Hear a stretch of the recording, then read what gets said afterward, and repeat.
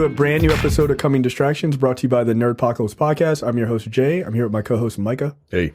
All right, guys, we're back. Let's talk about Star Wars Episode 9, The Rise of Skywalker.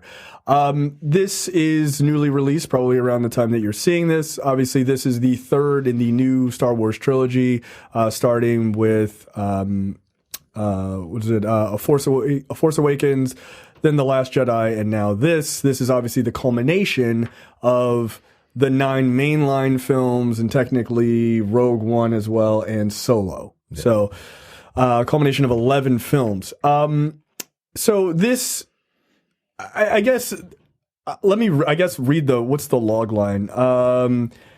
A year after the events of The Last Jedi, the remnants of the Resistance face the First Order once again, while reckoning with the past in their own inner turmoil. Meanwhile, an ancient conflict between the Jedi and the Sith reaches its climax, bringing the Skywalker saga to a definitive end. Mike and I both did have a chance to sit down and see this. What did you think of the movie overall? Overall, it's fine. But it is the weakest of the 3 new movies, in my opinion. Okay. This movie, we've all heard the saying that something is greater than the sum of its parts. Sure. That idiom means that, the thing as a whole is better or more effective than the individual pieces that make it up. This movie is the opposite. This movie is lesser than the sum of its parts. There's a lot to like in this movie, but like individual performances and individual like set pieces and certain fan service, like that stuff is good. But if you care about story or continuity or just anything about Star Wars besides the laser swords, right, then it's not good. Like if you just want to see how this story ends, you get an ending. It's definitive, and it is a definitive ending, right. And it is an ending that I think was meant to be there all along, right? Like I feel like this entire trilogy was like an outline, right? Like, how shows that like Curb Your Enthusiasm right. have an outline but no script. But no script. You just kind of got to get there. Right. That's what happened with this movie. With all 3 of these movies. I think The Force Awakens is strong. I think The Last Jedi takes some very bold moves. Right. And I think that this movie, The Rise of Skywalker, I feel like it wants to have its cake and eat it too. Like it wants to please people who didn't like The Last Jedi, but at the same time, it wants to take some of the ideas from The Last Jedi that it likes and kind of pay those off. Some of them they do.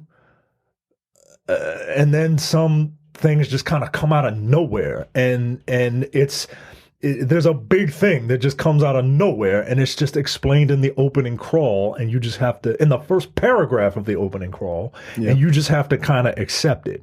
And if you're willing to just accept it and go along for the ride, by the end of the movie, I think you'll be satisfied. But if you can't, if you can't get through the first part of this movie, then I don't know if you're going to enjoy it. This thing does what Spectre did. Which is funny because you are the second person to that I've heard compare it to that. Yeah, because in Spectre, there's a character played by I am the author of all your pain, Christoph Waltz, who all of a sudden he is the author of all the pain. And that's what this movie does. There's a character in it who is the author of everyone's pain, who is the one who has been pulling the strings all along. Wait, what? But there was no mention. Okay, you don't have to mention it, but there was no hint. There was nothing. Yeah. And I know what the excuse is going to be thrown at me, right? Well, you didn't predict it, so that's why you don't like it. No, that's not that. That's just poor storytelling. Like I wouldn't have been able to predict Tom Cruise just running through all of a sudden with a lightsaber in his hand, but that would have been stupid. Right, that wouldn't have made sense. Right. I mean, that happens, but relax. But so no, I don't accept that. And this movie, I'm very curious at which one of the three possibilities would have been better, right? I'm curious about what J.J. Abrams' middle chapter would have been. Right. I'm curious about what Rian Johnson's last chapter would have been. Right. Or I would have been curious. I would have been fine with Rian Johnson and J.J. Abrams coming together to write the last chapter, to kind of get those heads together. Because this movie is not, it takes the ideas from The Last Jedi that it likes, and it takes ideas that I think J.J. Abrams wanted the middle chapter to have from things that he set up in The Force Awakens, and tries to just kind of mesh those together in a movie. And I just, it didn't work. So I can't disagree with what you said for the most part, but I'll take umbrance on one point. You said that you thought that it felt to you like the movies are based on an outline, right? Yeah. And the trilogy is kind of based on an outline, less so than like kind of written out. It does not feel that way to me. And when I say that, I don't mean that it felt like it was completed. I mean that it didn't even have an outline. The entire movie feels to me, and I think you were being very nice to this movie. Every hour that passes since I've seen this movie, I dislike it more. And I am a huge Star Wars fan. Like, I am a huge Star Wars fan. I will absolutely defend The Last Jedi to the hilt, right? Because I don't think it is nearly as bad as people think it is. It really isn't. I will absolutely tell you, and I will be unequivocal in that the prequels are garbage. They are garbage. I don't care if you like the last fight scene in front of lava, whatever. The rest of those movies are trash. They're all bad. However, and I love the original movies. However, this movie's biggest problem, let me rephrase that. This movie's two biggest problems are, one, it tried to interconnect every single aspect of the Star Wars universe, every little bit of the last 40 years, trying to cram and give everything a definitive ending. It's just too much, right? There's that aspect. The other aspect is that it caters so hard to what I would argue were absolutely incorrect and bad faith arguments and criticisms of The Last Jedi. And it did that, and it was like, oh, okay, you guys didn't like this? Let's just go in 180 degrees. There are literally characters and story arcs that are completely marginalized based directly on things that were said stupidly on the internet. Yeah. Like, and there's one that is really obvious. Yeah, thanks, racists. Like, one character is completely just put to the sidelines. Right. There's literally no reason for that character to exist in this world. And it's weird, right? Because I say cater to racists, but like jokingly, but like kind of not. But at the same time, like this movie, like Rey is even more of a badass. And if you were pissed at about what Rey could do in The Last Jedi, that part, they were just like, they didn't give a fuck. Yo, F you. Yeah, that part. In fairness, J.J. Abrams was like, eat a dick. Like, I don't really care. Oh, she's a Mary Sue, cool, that's whatever. Like, right. She's going to be the merriest of Sue. Yeah, I'm just going to go full board. So that part I agree with.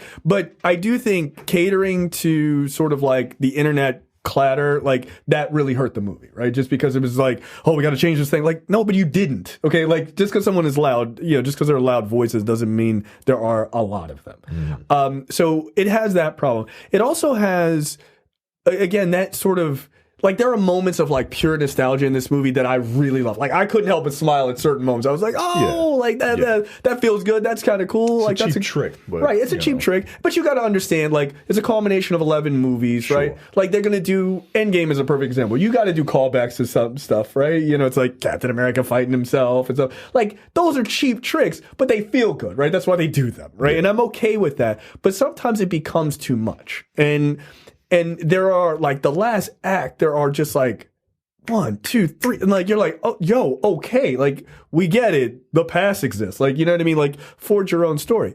There are things that the movie does very well. There are some things that are really fun. There are moments that I was hoping to see that I did get to see, and I enjoyed those moments for what they were. There were things that I wasn't expecting. I was like, oh, okay, that was kind of cool. Like I'm not going to say like it was all bad or it was all good. There were some surprises. There are major plot points and major reveals and things like that should be. They should have weight. They should have weight to them, and they just don't. Like sometimes they have the wrong characters deliver these like big heavy moments, and you're just like, why do I care if they said it? But then like another character will say, you know, sort of repeat that, and later you're like, yeah, that should have been the character who said that because they're more connected to that moment, right? So so there's like it would be weird like in the original trilogy for Han Solo to say to Luke, be like, yo, Darth Vader's your dad. Like it just doesn't have the same weight, right? So there are moments like that where you're like, that should not be the person saying these particular lines. I just thought like, you know, filmmaking wise, CGI and things like that, it worked. Like all of those things were fine. It looked great. And, you know, those are all classic sort of Star Wars things. Those all felt fine. You know, certain characters' arcs, I thought, you know, certain characters that have been sort of maligned by audiences, I think, frankly, unfairly, got really good endings, right? Like I thought they got good, their arcs were well completed. And I think it pays to see the whole thing to understand that. But at the same time, the movie, like the first third of the movie, or at least like really the first 30 minutes is just a mess.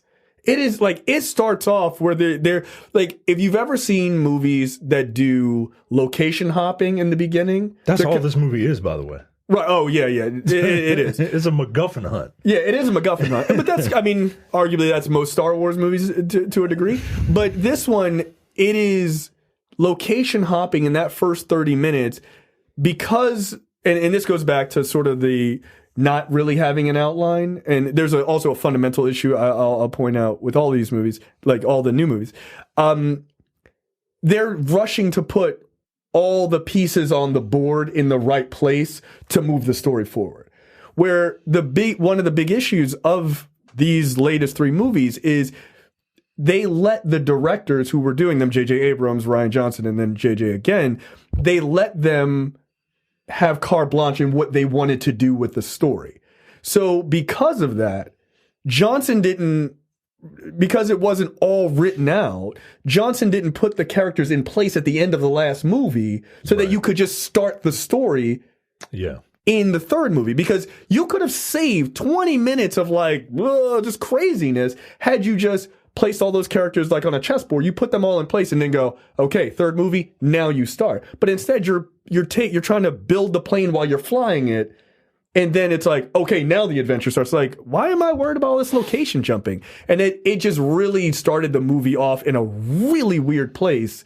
And that was hard for me personally to like watch it get its footing. And then once it did, like it started working, but that first part is rough. Like you said, if you can't get through that first part, it's really rough. It's actually kind of jarring how off it feels. Yeah.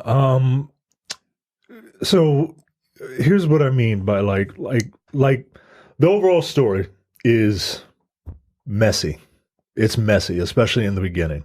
So Star Wars isn't really known for having like these, you know, classic like stories, right? It's all character based. Right. This movie does a good job with the main leads. Each individual main lead has kind of like a moment that some of them have more than one, and they're really good in those moments. Poe is is fleshed out, and you get a little bit of his backstory, and he's communicating with other people in ways that you've never seen him do before. And he has an arc, right? Finn, his arc from being a lowly trash man to what he becomes in this film is done excellently. Rey, same thing, a character who is this scavenger. The movie reminds you of that all the time. Yeah. To being one of the most powerful beings I've seen in this universe. Right. Is great, right? Each individual arc is great. Yeah, it works. But I don't really feel like them being a team. I don't feel like they are Han, Luke, and Leia. No, and that's actually a really good point, because I mean, that's obviously who they are, right? Obviously, Poe is analogs, guys. Right. Like again, one of my biggest gripes when people talk about these movies is they act like they're not interconnected. Like, did you think they picked 3 people for just a random reason? They're supposed to mirror the original trilogy, right? Poe is clearly Leia. And if you don't believe me, you should watch this movie. They literally make that comparison. It's not an argument. Finn is 100% Han, and Rey is Luke, right? This isn't news. This should be obvious to anybody paying attention. And he's talking about the type of character they are. Right, I'm not saying that Poe is a fucking royalty. Relax, right? Because I know people don't actually listen. Oh, is he a princess, bro? Just calm down, relax. But in and of themselves, those are who the 3 characters are. You don't have to believe me. Read a book. I don't know, but the whole thing is because of that. If you go back and you watch the original trilogy, when they come, they coalesce as a team. They have their conflict or whatever in the first movie, but they kind of coalesce at the end to beat the bad guys, right?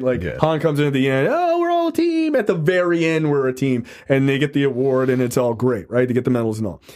The second movie, they split, right? Again, I don't know why people thought that was weird in The Last Jedi. It's exactly what happened in Empire. They split off. But you miss seeing that team together. That's the point. Right. And then when they get back together at the very end, all the pieces are in place for them. Or they're not all back together, but all the characters are put in place so that in the third movie, it just starts. And when they finally get back together like they were in the original, you are happy to see that team. Because they are better together than they are apart.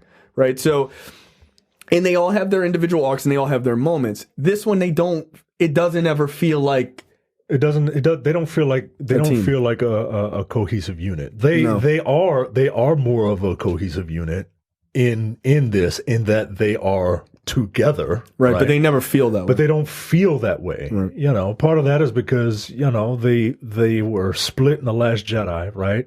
But then The Last Jedi did a good job of bringing in characters like Rose so that Finn has someone to play off of. Right, exactly. It did a good job of bringing in characters like Holdo for Poe to conflict with, right? And it did a good job with Rey, who has Kylo Ren to interact with, right?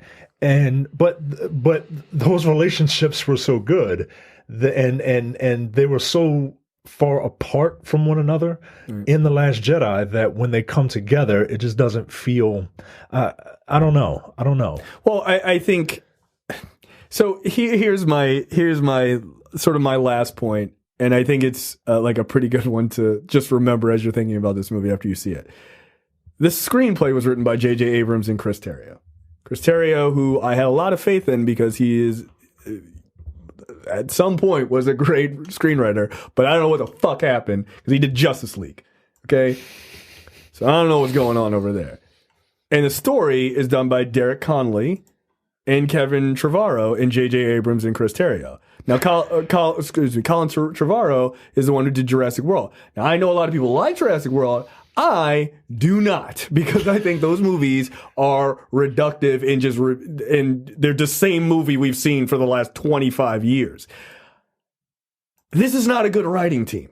It's just not a good writing team. Like, J.J. Abrams is like okay at writing things, but he's just a director's director, right? Like, that's kind of what he does. And like you had made a point offline, like he's really good at punching things up. Yeah. He's really good at punching things up. He's really good at like making scripts kind of cute, right? Like cute in a sense that, hey, here's a mystery, and let's go on an adventure to try and solve this mystery. But like when you have the mystery, like it doesn't pay off. Like this is what we've been chasing. Like this is what we've been doing. I mean, look, at the end of the day, the big reveal, the big fight, if you want to call it that, like all of that, I just didn't care. This movie should have made me feel. I didn't care. This movie should have made me feel anything. You find out Rey's history, and that should have made me feel something, and it didn't. Yeah. And we were in a screening full of movie nerds who are Star Wars nerds, right? Like they are wearing Star Wars Christmas sweaters and all that crap, right? Yeah. I was expecting like hooting and hollering, like what would happen in Endgame, right? Like I was expecting these people to be into it. I was expecting gasps, and I didn't hear a lot of that. Yeah, because it doesn't. Well, I heard gasps on one scene, but it wasn't a positive one. They were like, "Oh." It doesn't. It doesn't. I don't know. For some reason it doesn't hit home. It's a fine ending. It's fine. Like the scenes where you are supposed to get like riled up. Yeah. During the climactic battle, like those work, right? Yeah, they do. But they work on like a visceral level. Yeah, on like a primal level. Like I'm not hit it with your light sword. Yeah, like it just doesn't.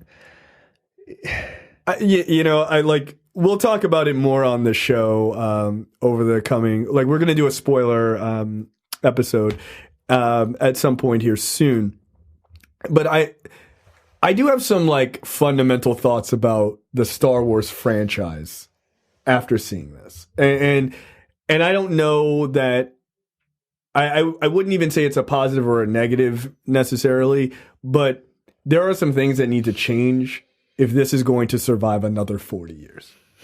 Right? And by the way, when I say survive, look, Star Wars is always going to be there. Yeah, it ain't going nowhere. It ain't going nowhere. But I mean survive to the level of cinematic significance that it has. And like, look, you can like The Last Jedi or The Force Awakens or not. You can hate the prequels or don't. Those movies still put butts in the seats. Like, and that's what I'm talking about, to that level where it's like, it's a Star Wars movie. It is guaranteed at least $1 billion, almost $1.5 billion. Right? So if it is going to survive and stay at that level of importance to people and really stay at the forefront of people's minds, there are some things I think have to change in the franchise. But listen to the Nerdpocalypse podcast to hear more of that. That's our weekly show. But I think with that, I think we'll end it. We're not going to give scores because I think it was a little bit more important to listen to what we were saying instead of just kind of fast forwarding like, oh, what did I give it? But look, if you're a huge Star Wars fan, I feel like you're going to get a lot out of it and you're going to want to see how it ends. Oh, absolutely. Look, I'm not saying don't see this movie. No, I'm absolutely not saying don't see it. See it. You will get some enjoyment out of it. But your mileage may vary. Yeah. Significant. That's the perfect phrase for it. Yeah. So that's it for Star Wars Episode 9, The Rise of Skywalker, and we will see you guys next time. See ya. Bye. You're watching the Nerdpocalypse YouTube channel. Make sure you click that button to subscribe and check out our weekly podcast where we talk about movie, TV, news, tech, and weird stories from around the internet.